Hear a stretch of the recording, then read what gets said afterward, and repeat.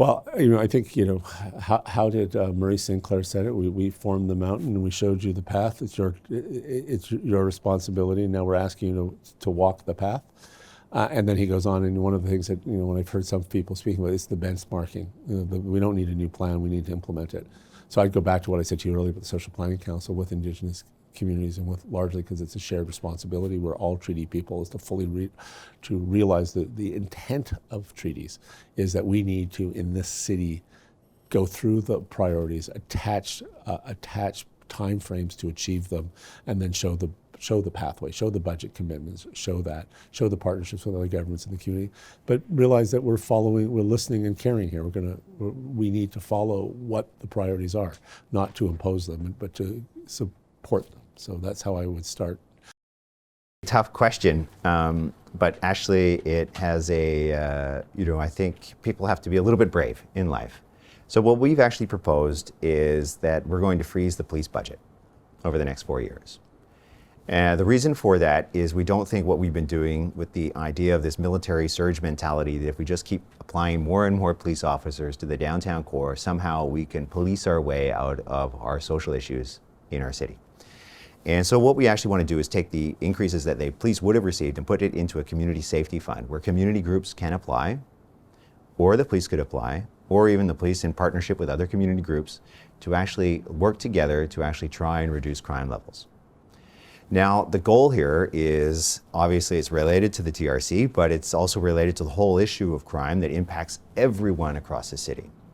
Making sure that we actually build a safe and thriving city. And so this is trying to drive some innovation in how we actually think about safety in the city. Policing takes up a lot of resources that normally should be going to other projects that unfortunately we just don't get to do because we've had a lot of politicians, and it's easy to bang the drum of fear, just give us another police officer, give us another police officer. And police are important. I've been in the military for 27 years, but I also understand the limitations of thinking about it in that way. You cannot, the Americans all the time in Iraq and Afghanistan thought just another soldier on the ground is going to make the world a better place. And, it did not, no. So I intend to work with the City of Winnipeg Police Service in a number of different ways. The first thing, as we've talked about, I think you may have figured out by now that I have a theme of accountability, and I believe in outcomes.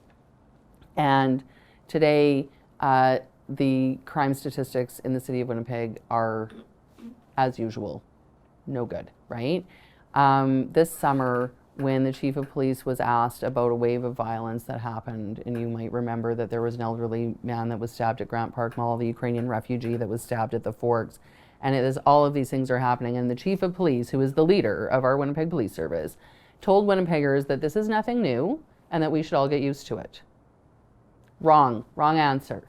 And that is why I have called for his removal, because in my view, the hardworking men and women of the Winnipeg Police Service deserve to have a leader that supports them and supports their efforts to be successful. I think the job of policing is actually to maintain public safety and not so much on crime fighting. Some people think that police are crime fighters. I actually think that their job is to keep the peace and make sure that we all live in a safe community.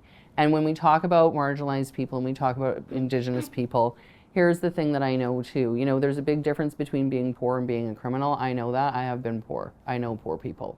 And the other thing that I know is that poverty actually is one of the leading indicators that makes it more likely that you're going to be a victim of a crime than be a criminal. And so that's why the poverty reduction, that's why the jobs and money, that's why the housing strategy matters.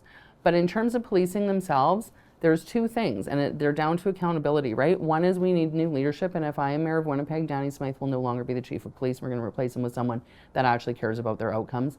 And the second thing that I'm going to do is I'm going to lobby like hell to the provincial government to eliminate the Winnipeg Police Board, because in my view, all it does is it serves as a barrier between the people that pay for the services, which are the taxpayers of Winnipeg, and the people that deliver the services, which is the Winnipeg Police Service. And we do not need any more citizen committees of oversight, citizen oversight committees in this city, because we have one, and it is called City Council, and it's elected by the people of Winnipeg. I've had my disagreements with Chief Smythe in the past, Mm-hmm. but I did not I wouldn't characterize his comments the way you characterize them. So I guess we heard it differently. What I took away from that, what he was saying was that there was the spate of issues at the Forks, and he was saying it's no different from anywhere else in the city, and we shouldn't treat them differently. That's what I took away. So that's Okay. Well, and we heard it differently, and that's okay. But you know, at the bottom line is that the Winnipeg Police Service today is a demoralized service. I saw the result of their member survey. They are experiencing huge levels of burnout. They're experiencing tremendous mental health crises among their own members. There are suicides among the members of the Winnipeg Police Service. They don't feel supported. And on the whole, the Winnipeg Police Service members themselves reported that they believe that a change in leadership would be good for them. And at some point, you have to be responsive to the people that you're supposed to lead.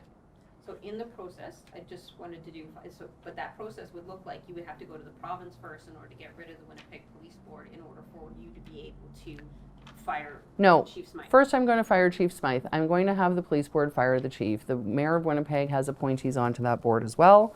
There are mechanisms in place today to call for a review of his leadership. I have already actually done that and instigated that, started that process, and then I am going to get rid of the police board itself. Right. So I actually believe that the single greatest act of reconciliation that we can do is provide dignified housing for everybody that needs it. And that's my focus. For me, my vow in election is my top priority is addressing missing and murdered Indigenous women. I believe that for the city government to really support individuals with lived experience is to appoint as many women on council to be a part of the executive policy committee. I believe that you have to listen to the lived experiences of women to address concerns that affect women in our city. I believe that the mayor must be a leader in supporting our female leaders within city government to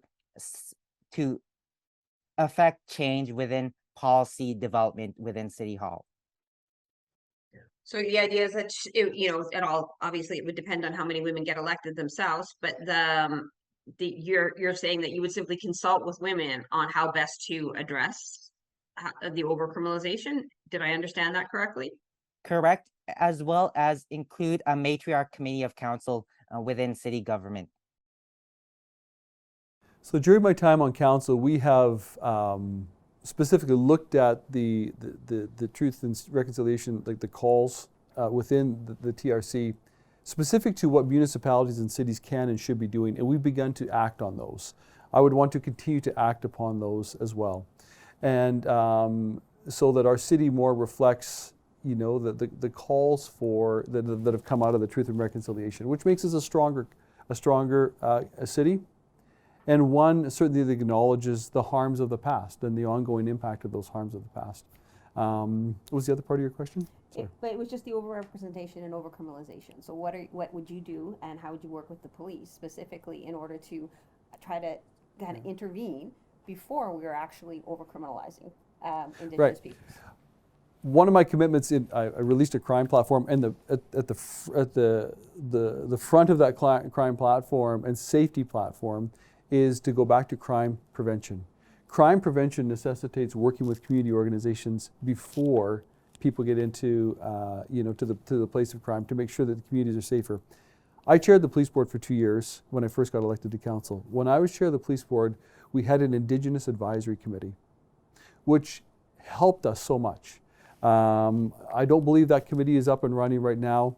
I have said, as mayor, I would sit on the police board again. I'd be the first mayor to ever sit on the police board, so that we can do a better job of crime prevention, so that the police can work with community organizations, including Indigenous organizations, to go at it from a preventative lens, an understanding lens, a working together lens, so that ultimately we can tackle the challenges that our city is facing.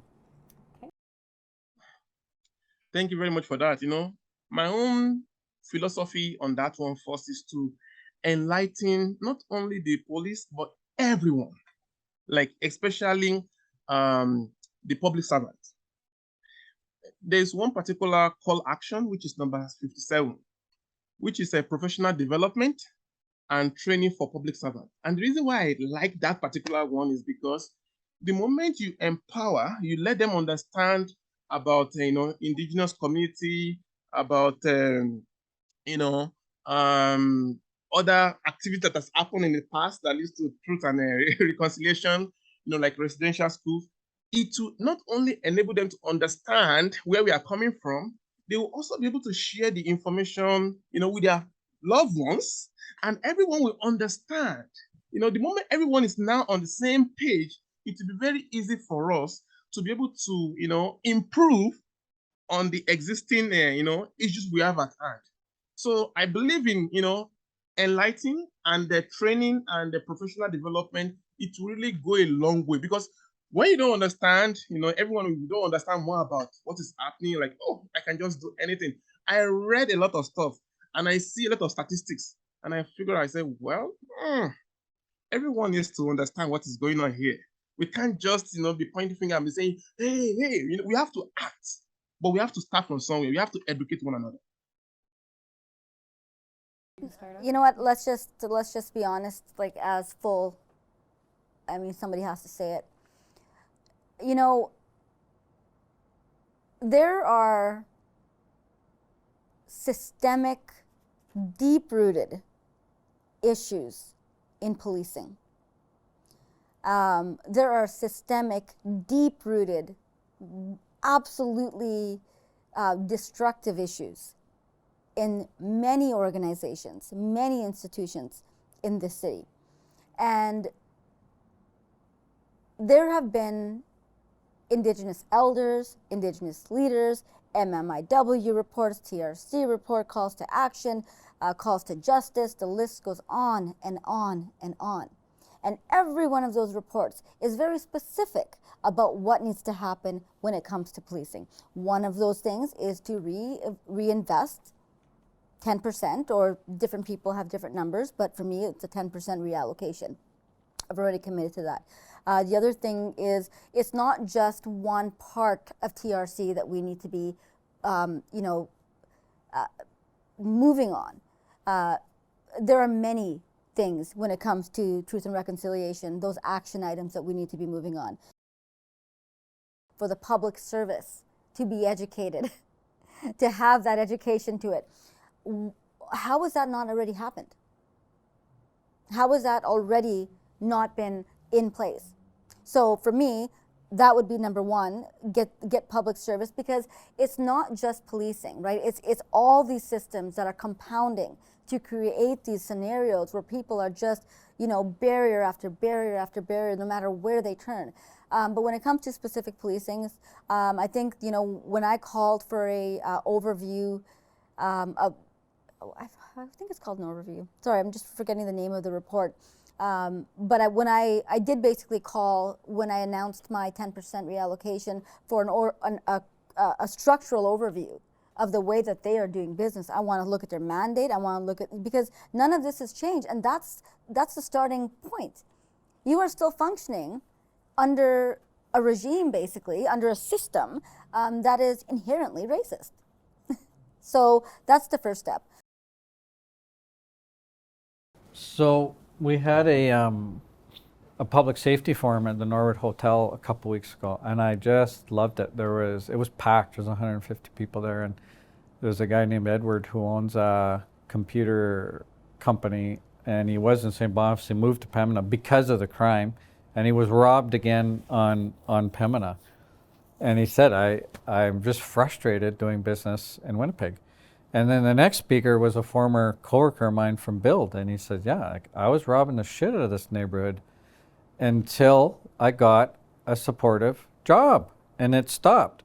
And I was able to say to the people that are there, you can have 10 helicopters in the air. You can have 100, 200 more police officers. This is not going into the decision-making process of Joey, a younger Joey. And if we want to stop crime, the facts of the matter are we have to provide the interventions to people who are committing the crimes over and over and over and over again now. And these are interventions that everyone knows works. And that's how we promote safety in Winnipeg. And it also has a double impact of freeing up the police to focus on actual crime, like hate crimes and things like that, for example, and reducing their workload. The police were dispatched 240,000 times last year. And to me, let's set a target of reducing that as quickly as possible by 10% and watch the amazing things that will happen as a result of that. And the social enterprise piece is a part of it, and it's the right intervention for some people. And for others, it might be things like supportive housing or other interventions. But the point of the matter is there are other public safety tools other than what we're deploying right now that are actually more effective and cheaper than what's happening now. And we need to get those comparisons being made. Yeah, this one has been a big topic as well for us. So two things that I have brought out in my campaign so far. The first one was to point to the leadership of the police, and some people have disagreed with me on that, and I understand where they're coming from. But where I look at this as is that at some point when the whole body is not working, we have to look at the leadership, and the leadership of an organization, whether you're mayor or police chief, I mean, you have to be able to work with the people and empower them, inspire them, to do a better job, or to deliver the services, and their role is to basically protect the constitutional rights of all people, not just people who are wealthy or white or those kinds of things. And I think we need to remember that first and foremost, that a leader has an amazing ability to inspire the leadership within the organization, who then inspires and brings up the rest of the people who are working in that organization. And that's not what I'm seeing right now. And so that is something that I think we need to change, just to make sure that the policing situation going forward is done in a different way that is respectful to all people. Yeah, and then I it's an interesting situation for me because I have two brothers who are Cree, and my wife is a police officer as well. So I don't. This is not my experience, but watching it from their eyes, I have been able to learn different, how different people experience this, the safety and policing in our city, and it's really taught me to be reflective about it again, and to be open to that. I think basically for me it comes down to is just making sure that we are respecting people. I